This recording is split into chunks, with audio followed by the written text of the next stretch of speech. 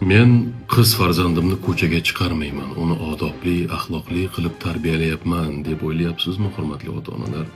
Lekin qo'liga telefon berib qo'ygansiz. Bilasizmi? Ko'chaga chiqarmasangiz ham, uyga qamab qo'ysangiz ham, lekin qo'liga mana shu telefonni bering, bu qizingiz nima qilayotganini, kim bilan gaplashayotganini hech qachon bila olmaysiz. Hurmatli ota-onalar, iltimos, qiz bola farzandingizga bu telefonni bermang.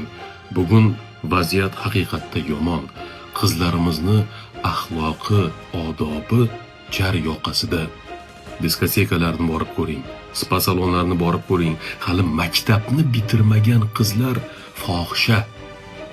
Shuning uchun bu O'zbekistonimizni, bu millatimizni ertangi kunini biz porloq tasavvur qilishimiz uchun eng avvalo qizlarimizni oriyatli, iymonli, vijdonli, oqila qilib tarbiyalashimiz kerak, hurmatli ota-onalar.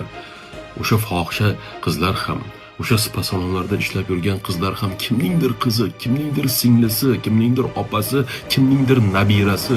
Sizning ham farzandingiz o'sha ahvolga tushib qolmasligi uchun iltimos qilaman. Bugun qiz farzandingizni qattiq nazorat qiling. Qo'liga mutlaqo telefon apparatini bermang. Ular ertangi yurt qahramonlarini, ular ertangi yurt rahbarlarini, buyuklarni dunyoga keltiradi.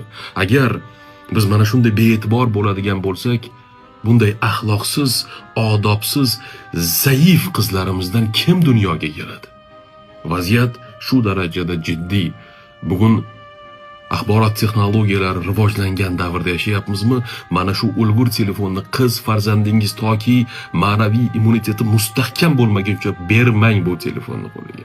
Hamma buzg'unchilik mana shu telefonning ichida. Menga ishoning, hamma buzg'unchilik shu telefonning ichida. Bir xonadan chiqarmay qamab qo'ysangiz ham bu telefon orqali u qizingiz xohlagan ishini bugun qilyapti. Meni to'g'ri tushundingiz degan umid qilaman.